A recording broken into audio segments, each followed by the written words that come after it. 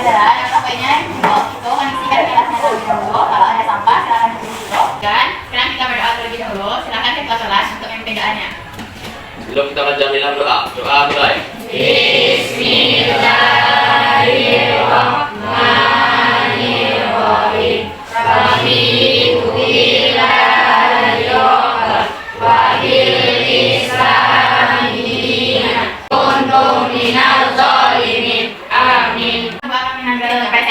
Apabila Anda hadir, silakan nanti katakannya ya. Agus Gunawan. Aisyah.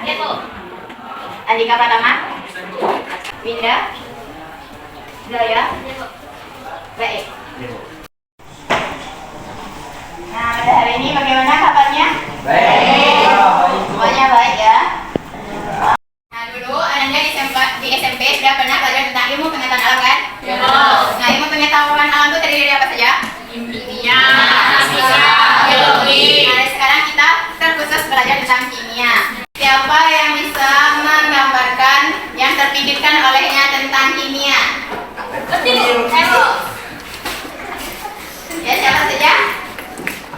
Ya, silakan Zalia. Dalam kimia terdapat zat dan partikel, bom atau ledakan, zat yang berbahaya dan susah. Apa yang dikatakan oleh Zalia tadi? Kalau kimia itu berhubungan dengan zat-zat, partikel-partikel, bom atau ledakan dan zat berbahaya. Nah, kalau di SMP Anda belajar tentang asam basa atau tidak? Ya. Misalnya kalau lakmus merah deteksi dengan sunlight. Akan apa jadi? Biru. Jadi sunlight bersifat basa. Nah, kalau di kimia itu banyak sekali yang baik dalam kehidupan kita sehari maupun di kehidupan yang nantinya. Kita akan mempelajari materi tentang hakikat ilmu kimia, metode ilmiah, dan laboratorium kimia. Nah, sebelum itu siapa yang dapat membacakan tentang tujuan pembelajaran kita pada hari ini? Ya, silakan Suci. Tujuan pembelajaran peserta didik mampu menjelaskan tentang hakikat ilmu kimia, metode ilmiah, serta kesehatan dan keselamatan kerja di laboratorium kimia. Nah, baik, terima kasih Suci.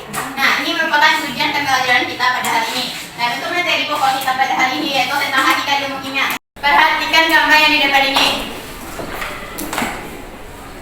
Ada yang tahu apa itu?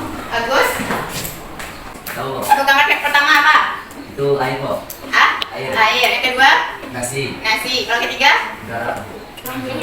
Orang yang menghirup udara. Nah, yang pertama orang yang lagi minum. Air. Air. Anda tahu tidak apa kandungan dalam air tersebut? Tahu. Bagus. H2O. H2O. Nah, sedangkan yang gambar kedua orang yang menghirup udara. Udara itu apa? Oksigen. Nah, ada apa? Oksigen. Oksigen. Tahu dua. Nah, kemudian nasi. Ada yang tahu nggak apa kandungan nasi? Yang mana kita? Zat besi, kalsium, dan kalium. Nah, kalau di dalam nasi itu banyak sekali kandungan kimia di dalamnya. Itu tadi ada zat besi, kalium, kalsium, dan magnesium. Nah, dari ketiga gambar ini merupakan contoh dari kimia. Nih, yang dikatakan kehidupan kita kan air, udara, dan nasi.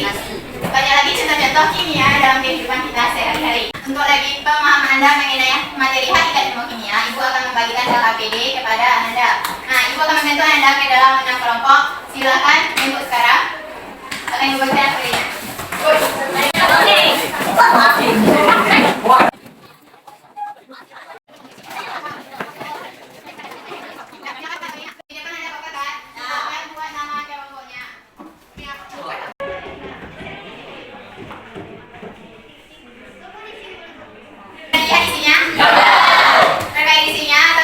Pertanyaan-pertanyaan ada yang tanyakan tidak?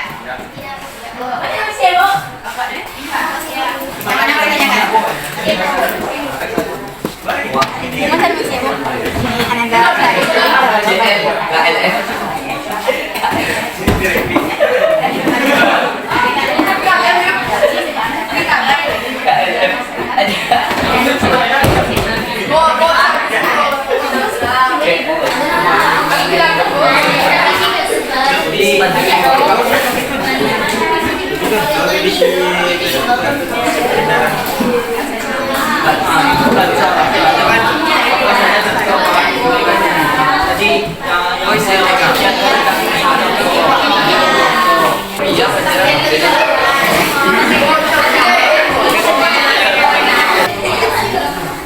Nanti butuhnya beberapa kelompok untuk membacakan diskusinya. Sudah siap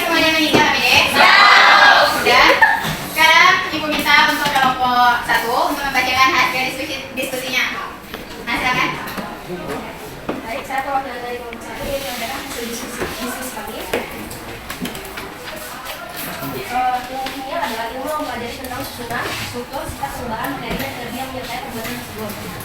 Materi terdiri dari beberapa pertama unsur. Unsur adalah zat murni yang tidak bisa lagi dibagi. Sampai di situ saya diskusikan.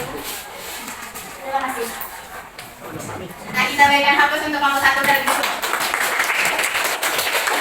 Nah, itulah hasil dari diskusi kelompok 1. Dari kelompok lain ada yang berbeda pendapat atau tidak? Apakah sama? Ataukah ada yang berbeda? Sama? Sama semua? Baik, sama semua. Nah, untuk kesimpulan pembelajaran pada hari ini, siapa yang dapat membacanya? Oke, Nabila, sekarang Nabila. Saya dari kelompok 6 membacakan kesempatan. Ilmu kimia adalah ilmu yang mempelajari tentang susunan, struktur, sifat, perubahan materi dan energi yang menyertai perubahan tersebut. Materi terbagi menjadi 3, yaitu pertama, unsur adalah zat murni yang tidak dapat dibagi. 2. Senyawa adalah gabungan dari 2 atau lebih unsur. 3. Campuran adalah gabungan 2 atau lebih zat murni yang tidak terjadi melalui reaksi kimia, tapi terjadi percampuran fisik. Campuran dibagi menjadi 2, yaitu campuran homogeni dan campuran heterogen. Walaupun wujud materi yaitu ada yang padat, gas dan cair. Perubahan materi terbagi 2. Ada perubahan kimia yaitu perubahan yang menghasilkan suatu zat baru, contoh sirup. Dan ada juga perubahan fisika yaitu perubahan yang tidak menghasilkan suatu zat baru, contohnya air dan pasir. Baik, itu hasil kesimpulan dari kami. Nah, baik, terima kasih Nabila. Nah, itulah kesimpulan dari kelompok 6. Nah, berdasarkan dari kesimpulan dari kelompok 6, Ibu akan menanyakan sedikit tentang materi kita pada hari ini. Nah, silakan perhatikan ke depan.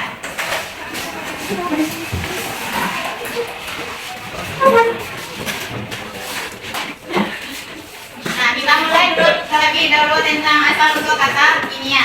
Nah, kimia berasal dari bahasa Arab yaitu alkimia, yang artinya perubahan materi atau zat. Nah, alkimia ini dikemukakan oleh Jabir Ibnu Hayyan. Dan seiring dengan perkembangan zaman, maka dikemukakan lagi pendapat tentang ilmu kimia, sehingga sampai sekarang digunakan pengertian yang ini. Ilmu kimia adalah ilmu yang mempelajari tentang susunan, struktur, sifat, perubahan materi dan energi yang menyertai perubahan tersebut. Nah, kita akan membahas satu-satu tentang susunan, struktur, sifat, dan perubahan materi. Pertama yaitu tentang susunan materi. Apa itu susunan materi? Adalah komponen-komponen materi. Susunan materi itu adalah mencakup komponen-komponen pembentuk materi. Nah, komponen-komponen pembentuk materi itu ada unsur, senyawa, dan campuran. Kita bahas satu-satu, yaitu unsur. Unsur adalah zat yang tidak dapat dibagi-bagi lagi. Nah, unsur ini terbagi menjadi 2, yaitu unsur logam dan unsur non-logam. Nah, ini merupakan contoh unsur logam, yaitu ada besi, aluminium, timah, emas, dan lain-lain. Nah, adapun unsur non-logam itu nah, ini contoh dari sifat-sifat dari unsur logam dan unsur non-logam. Materi yang digunakan itu tentang senyawa. Nah, senyawa itu apa? Zat yang terbentuk oleh 2 atau lebih unsur yang berbeda. Nah, terdiri dari 2 atau lebih unsur. Nah, contohnya itu ada NaCl. NaCl itu apa? Garam. Nah, itu terdiri dari sama saja. NaCl. Ada Cl. Nah, kemudian CO2 terdiri dari berapa unsur? 2. Nah, itu C dan E. satu. Nah, kalau dia ada dari 2 atau lebih unsur itu dengan senyawa. Nah, kemudian kita masuk ke campuran. Nah, kalau campuran itu adalah gabungan dari 2 atau lebih zat murni tanpa adanya reaksi kimia. Nah, contohnya itu misalnya itu ada larutan air dan gula. Jika gula dilarutkan dalam air, maka terbentuk larutan gula. Apakah gula atau partikel gula nanti terlihat di air? Tidak. Nah, itu termasuk contoh dari campuran homogen. Jadi campuran homogen itu adalah zat pembentuknya tidak dapat dibedakan. Nah, contoh lainnya nih, contohnya minyak dan air. Apakah minyak dan air bisa menyatu? Tidak. Nah, masih kita lihat perbedaannya adalah bisa minyak dan air. Nah, ini sebenarnya contoh campuran heterogen di mana campuran heterogen itu adalah zat pembentuknya masih dapat kita bedakan. Kemudian struktur materi. Nah, struktur materi itu adalah partikel-partikel penyusun suatu materi. Nah, partikel penyusunnya itu ada molekul. Nah, molekul itu apa? Molekul adalah gabungan Dari atom sejenis. dari atom-atom. Nah, molekul ini ada terbagi menjadi 3. Ada ion, ada molekul unsur, ada molekul senyawa. Nah, kalau molekul unsur apa? Gabungan dari atom-atom sejenis. Nah, contohnya O2 dan N2, di mana O dan O saling berikatan, maka terbentuk molekul unsur.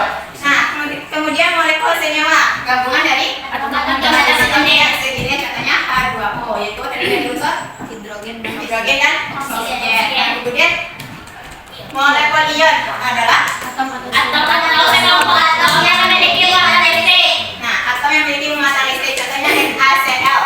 Ada tanda plus di atasnya itu yang disebut dengan ion. Kemudian Cl-min, nah Cl-min-nya itu adalah ion. Nah, sudah paham? Sudah, Bu.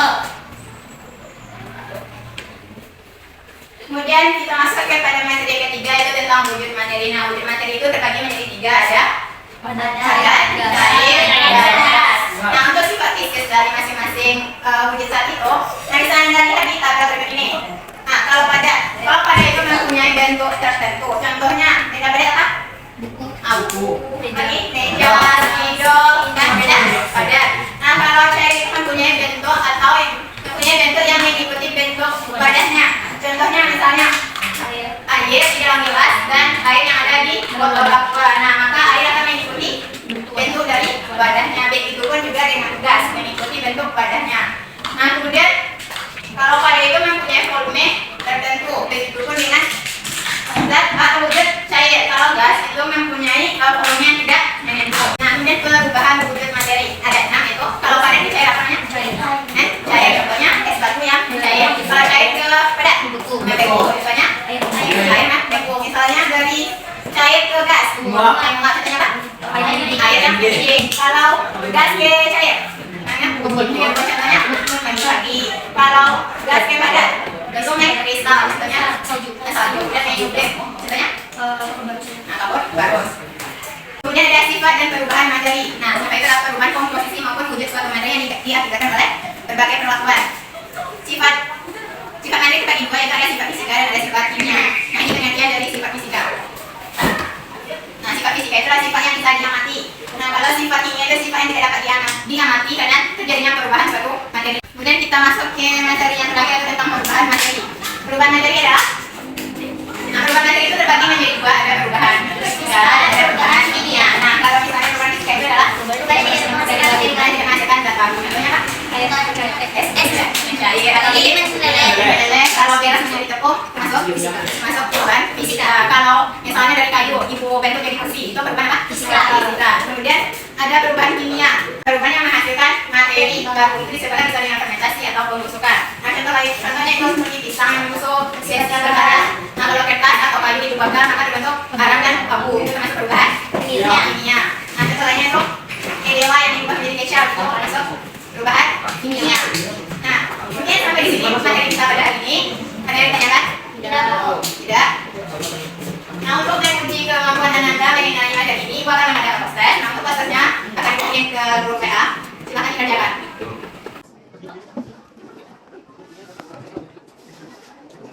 Ya, semuanya? Baik, nanti Ibu akan melihat hasil quiz Anda. Nah, untuk pembelajaran hari ini, apakah sudah paham? Sudah. Tidak ada yang ditanyakan? Tidak. Untuk pembelajaran ini, apakah menyenangkan? Iya. Kita akan masuk materi baru, yaitu mengenai metode ilmiah. Nah, silakan Anda baca buku tugasnya atau buku paket sebelum Ibu masuk. Nah, untuk tugasnya, silakan Anda kerjakan asesmen 1 di halaman 15 untuk tugas minggu depan. Ya. Selanjutnya itu proses pembelajaran kita pada hari ini. Silakan kembali ke mejanya masing-masing.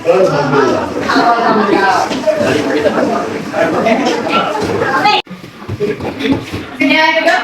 Sudah duduk di tempatnya masing-masing? Nah, untuk APD silakan membuka depan.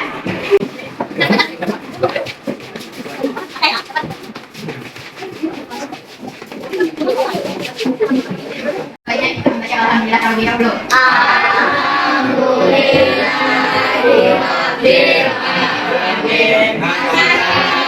Assalamualaikum warahmatullahi wabarakatuh.